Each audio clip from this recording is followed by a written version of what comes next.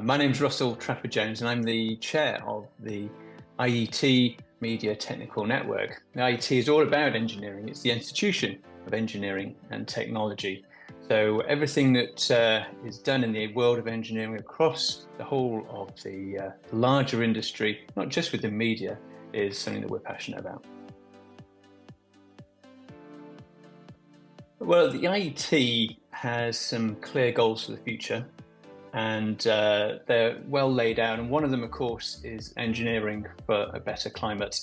It's really important that the future is better, and we do what we can.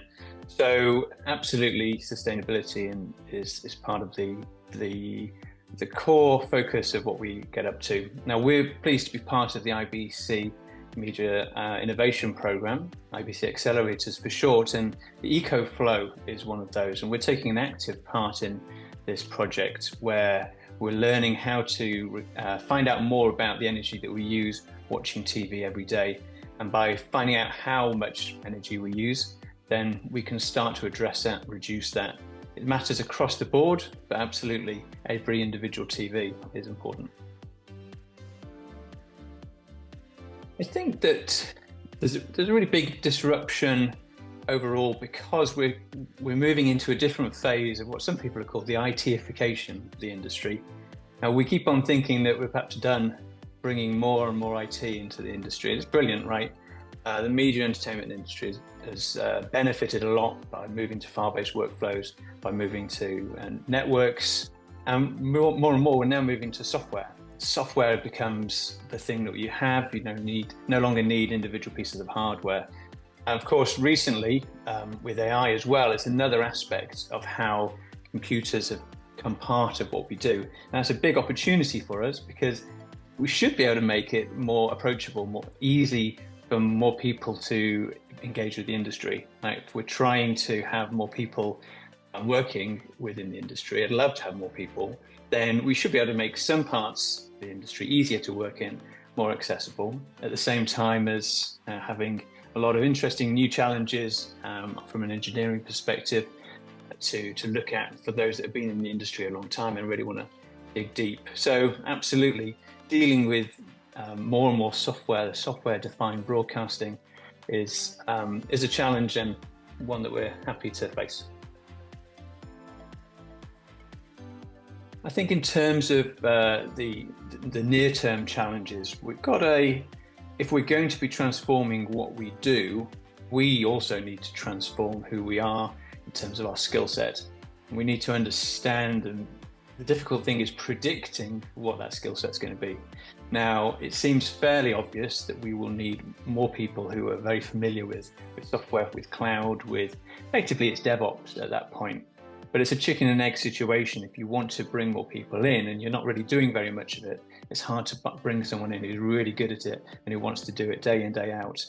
They're going to get bored because you're not really there. It's not the same as going into a company that lives and breathes either cloud or software and things like that.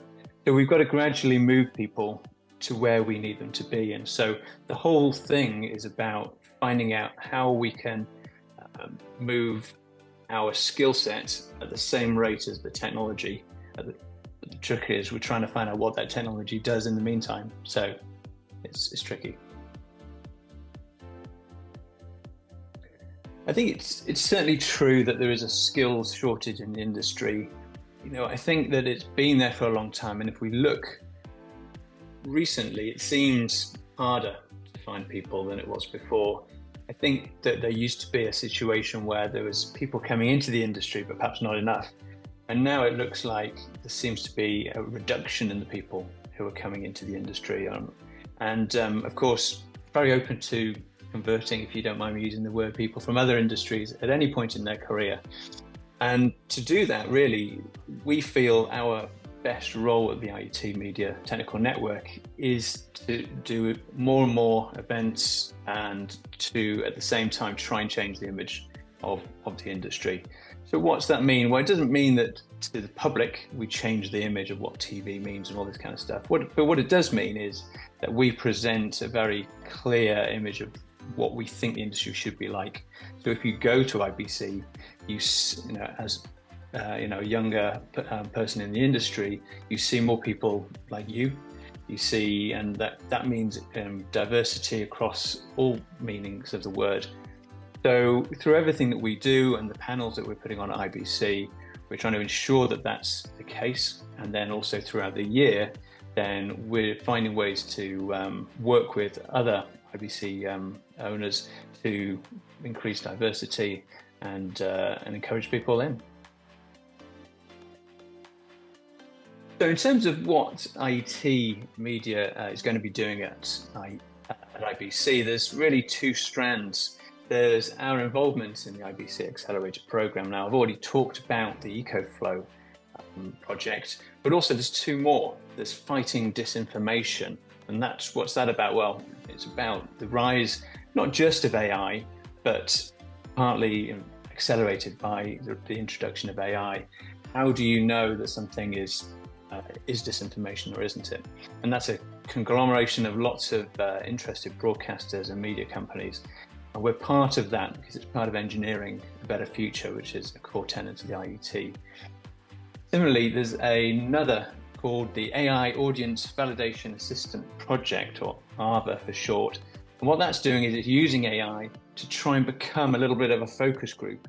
So you can get really quick turnaround by production staff to understand how well you're actually meeting the interests and needs of different minorities that might be watching. That's helping improve programming. So as part of that program, we'll be there, we're present on the floor in the accelerator zone and talking to people and raising awareness of these important topics and what we can do, what we've found out over the last few months being part of that. We've also got our own John Logie Baird lecture series, which is happening as part of the IBC conference. Free to enter in the room E102. There's actually 3 sessions that are all happening on Friday. We have strategies for TV and video platforms, so really looking at the strategizing for increasing the ability to but also find new audiences for delivery of TV content. There's content and cybersecurity. It's really important that we never lose sight of our ability to keep content safe.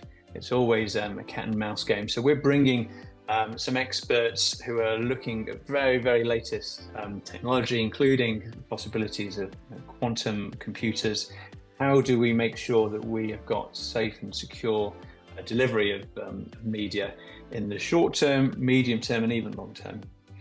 And then we're also pleased to have Rich Walsh talking about AI and machine learning in media.